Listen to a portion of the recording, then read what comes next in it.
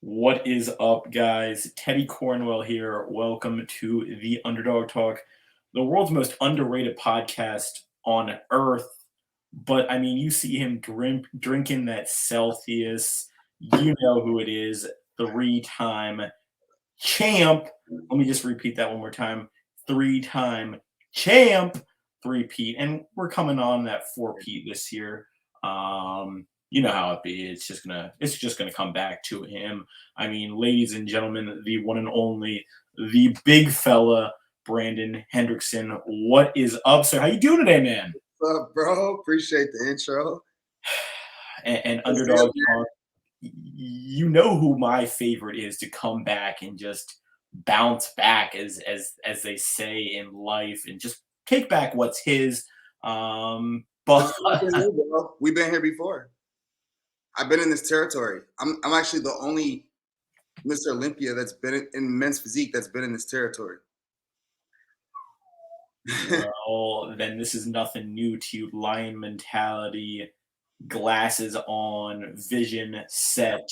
And I do want to take it way back because, I have to ask the question. And I was telling you off air how impressive your transformation has been. Probably one of the best, transformations I've ever seen in bodybuilding with elite bodybuilders, that is. And why decide to do bodybuilding? And then why decide to become, a men's physique athlete, which then turned into the champ. So it obviously paid off. But Brandon, why bodybuilding and then why men's physique? Well, I was an athlete in high school. I had a best friend. Her name was Kiki, and I used to play football. I wrestled, ran track, and basically got introduced to the gym when I was like in PE class in high school, and when I started wrestling. And I remember telling my friend Kiki, I was like 15. I was like, one day I'm gonna become a bodybuilder. I just like said it. I saw a picture on the wall of a bodybuilder at the gym. And then I was an active athlete. Then I got to college. And for me in college, it was all about partying and getting graduating because I was scared of my parents.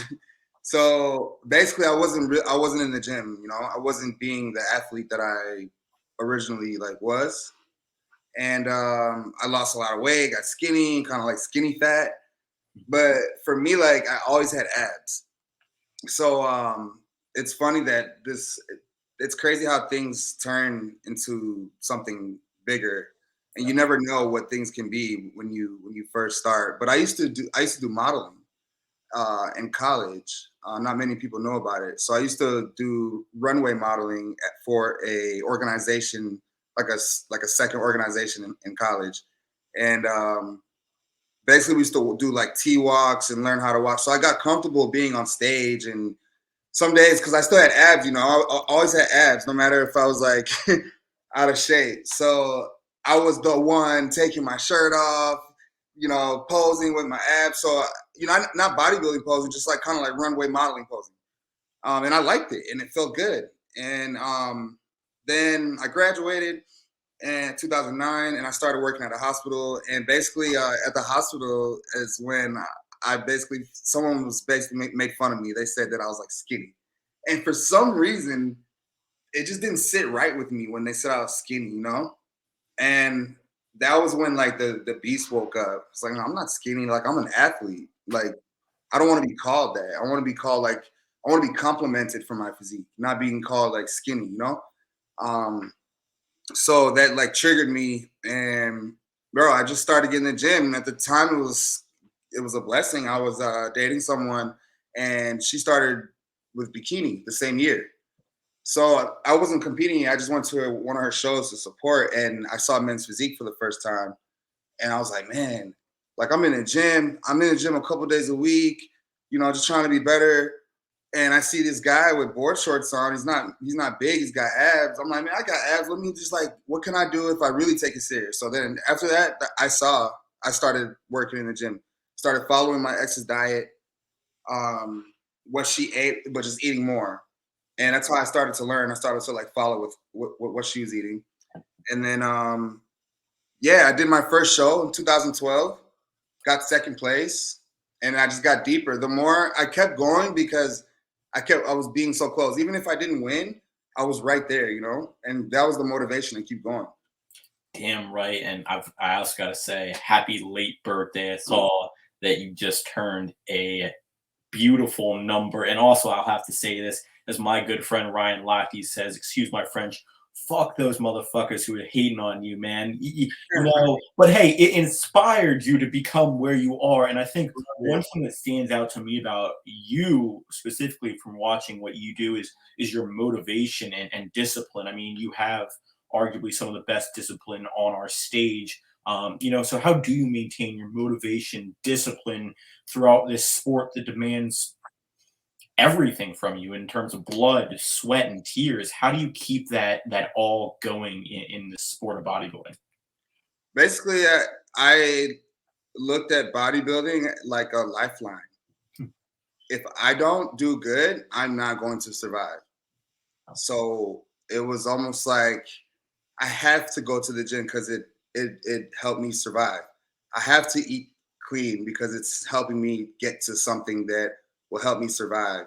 I have to keep doing cardio. I have to keep going no matter what I'm going through, matter what emotions, relationships, no matter what I'm going through in order for me to survive. I have to continue doing this. So I think that was the even like going to birthday parties, being at birthday parties, not being able to eat.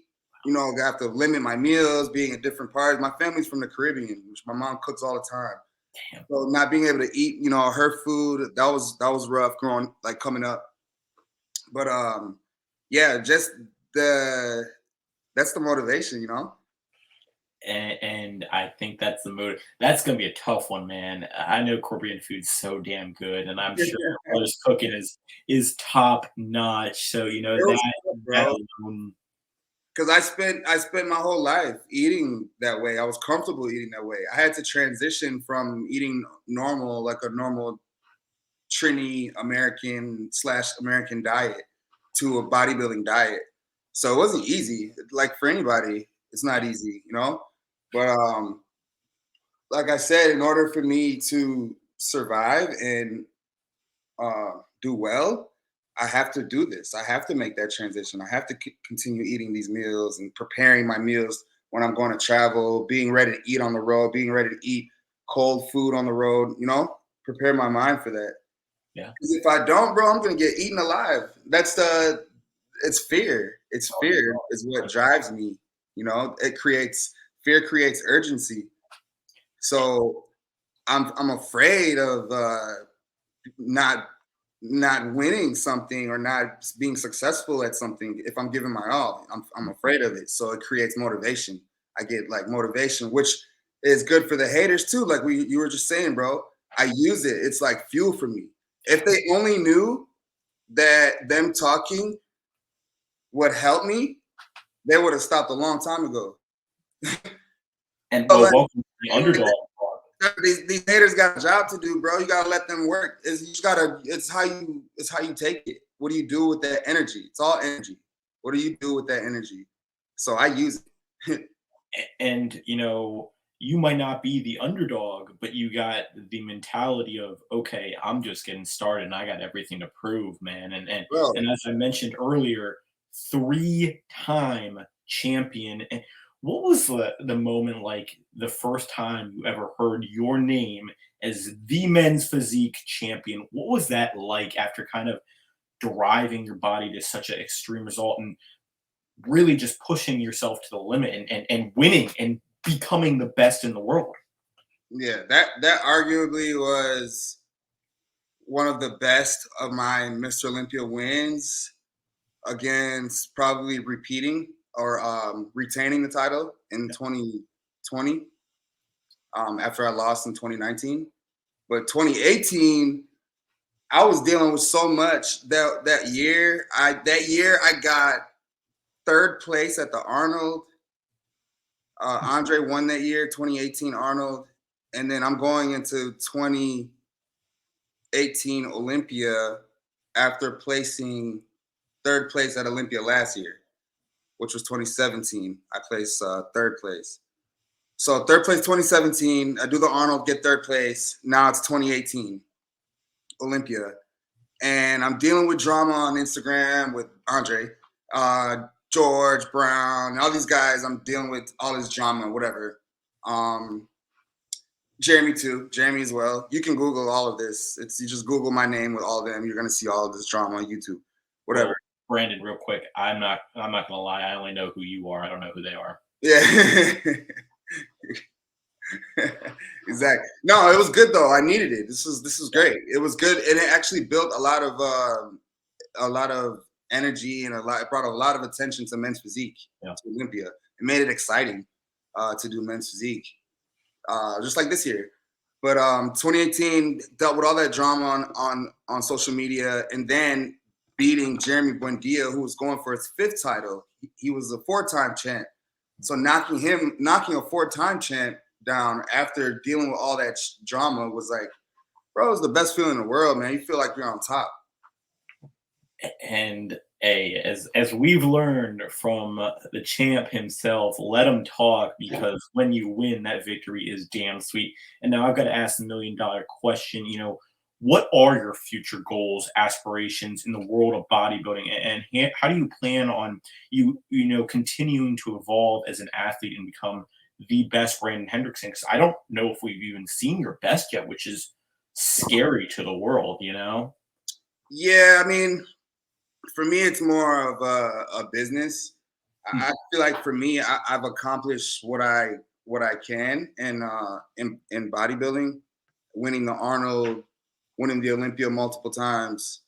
Now it's just about teaching for me, giving back. So I'm coming out with a coaching app. So I'll be doing. It's gonna be crazy. I have my coaching, my diet, my posing, my any questions. It'll be live. Yeah, it's gonna be crazy. So I have the coaching app, and then I'll be doing seminars. I'll be traveling. I'm going to Hong Kong in 2 weeks. I'm going to Peru next month in August. So I plan to make that bigger, but for now, I just need to focus on winning this Olympia again. And how are you going into this Olympia differently than last year, if you No, wouldn't I mind? love it. I love the pressure. They can go ahead, enjoy this time. You got it. I've been here before. Enjoy your time being Mr. Olympia, but that's it. There's only so much time you have left to enjoy, because I'm coming to get my title back. Like that, I don't see anything else. So I see Mr. Olympia pumping up Jeremy Buendia and Banks versus this, that, which, by the way, they asked me to do it, but I declined because I was actually wanting to retire. I just decided to compete for my last show, actually, this year, a couple weeks ago, which is when I started prep. So yeah, this will be my last Olympia. This will be my last dance. I want to win on top. I feel like I deserve to win last year, so I'm just gonna make sure I win this year. Damn. Whatever I got to do to make sure we get this number 4. And the sport will not be the same without you, sir. And have you decided what show? Oh, well, you already qualified. That was a silly question. Now, I don't know why I asked that. Now, obviously, you've kind of seen it all in the world of bodybuilding and given your all to it. What is your biggest advice for someone who's looking to become a bodybuilder or even getting to fitness like you once were, sir? I would say, if you're in school, stay in school. Don't leave school for bodybuilding or for social media or all that. So if you're in college, get an education first. Like, get your education. I got my education, and I'm glad. I don't do nothing with it, but the things that I've learned from going to school, it's helped me so much with my social media, with my bodybuilding, getting to where I'm at. Going to school helps. So I always suggest, like, keep going to school, finish school, and then, bro, at this age, this day and age, is all about social media. Yeah. Get your social media game up. You need to build a brand and build your name. You need to take care of yourself. You need to put yourself first. As a man and as a men's physique bodybuilder, you have to build your value. We are born without any value. We have to build our name. That's the only way that we can survive. It's very competitive. there's a lot, it's growing. Men's physique is growing. Bodybuilding is growing. More people want to compete. Younger kids want to compete. It's getting very popular. So in order for you to stay on top, you have to be focused on yourself, take care of yourself, become obsessive, get massage therapy, take care of your body, take care of your mind. If you need to get things like a therapist to just someone to talk to, Yes. have a mentor, have a coach, somebody else to just talk to, and someone to lead you, and just don't stop no matter what. Have that discipline no matter what you're going through. Use everything that you're going through as motivation to keep going. Damn right. How bad do you want it? And that's what it comes down to. And I do have one final question for you. Do you see men's physique going in the right way, sir? Yeah, I think so. As long as we need to just try to get more money. Mm, We need to get bigger brands to work with men's physique. We need to get these brands to see our value, to yes. see that this is the healthier side of bodybuilding. This is the more attainable side of bodybuilding. So I think we need to keep doing what we're doing, using social media, and just trying to get bigger brands to work with us.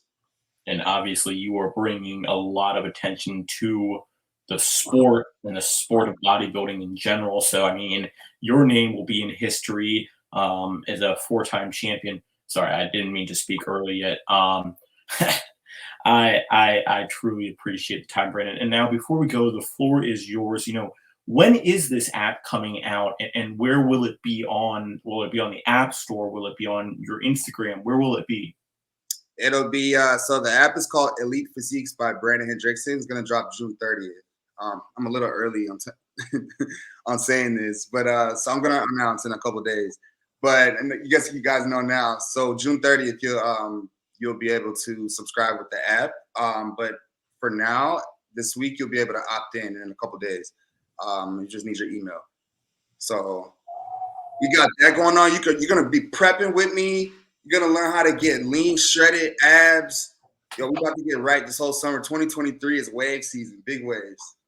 And first five people to put their email in and get ready for that app, send me a DM. We'll send you a box full of goodies to each one of you guys. I mean, if you want to train like the champ, you got to actually train like the champ, and there's no better way than actually working with the champ on his app. Yo, Brandon, it's been such an honor and privilege kicking it with you, man. And the hunger in you is second to none, man. And best of luck, obviously, in this year's upcoming Olympia. Hey, the lion always wins. That's all I'll say on that note. And, thank you again. Guys, don't forget to follow Brandon on Instagram. All his links will be in the bio as well. And his app will also share all of that when it comes out. Guys, don't forget to like, comment, subscribe on this video. And until next time, guys, the big man and the underdog out.